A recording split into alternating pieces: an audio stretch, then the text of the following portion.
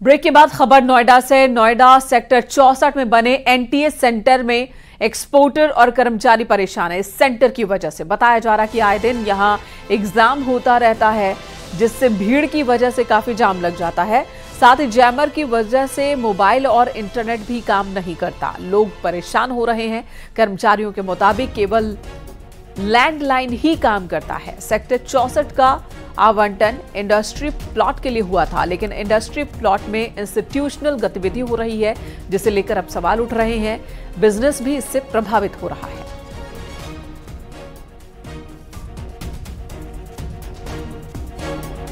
यहाँ NTA exam centre है, यहाँ डेली एग्ज़ाम होते हैं करीब करीब। इसकी वजह से इतनी भीड़ होती है कि आने जाने में बहुत दिक्कत होती है। इतना भीषण संघर्ष करके कैसे कैसे तो कंपनी तक पहुँचते हैं, वो भी लेट हो जाता है।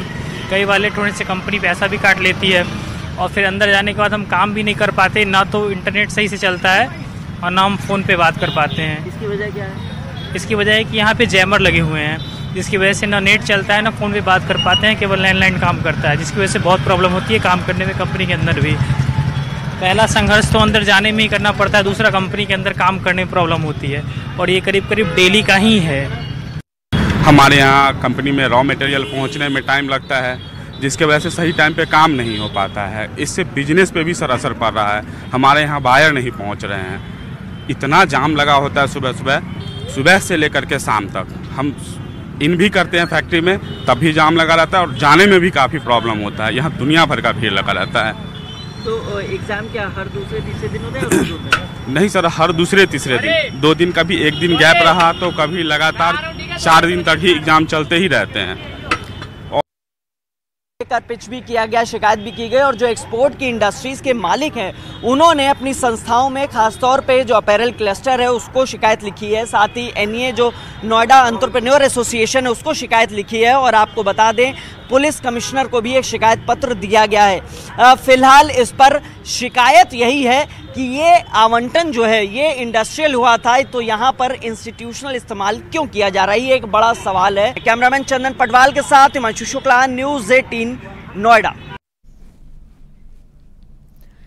और अगली खबर झांसी से, जहां रेलवे स्टेशन के प्लेटफॉर्म नंबर 1 पर बड़ा हादसा होते होते टल गया। दरअसल 75 साल के बुजुर्ग दादर एक्सप्रेस ट्रेन में चढ़ने की कोशिश कर रहे थे, तभी उनका बैलेंस बिगड़ा। गनीमत रही कि वहां मौजूद जीआरपी के सिपाही ने हिम्मत दिखाई और बुजुर्ग को ट्रेन से बाहर खींच लिया, जिस वजह से बुजुर्ग की जान बच गई।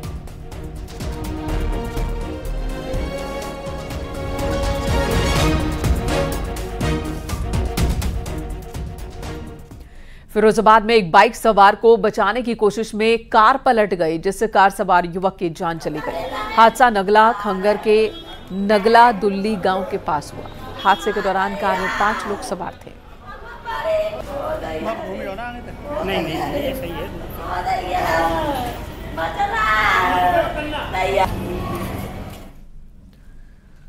यहां रुकेंगे एक और ब्रेक के लिए। खबरों का सिलसिला न्यूज़ 18 पर जारी है।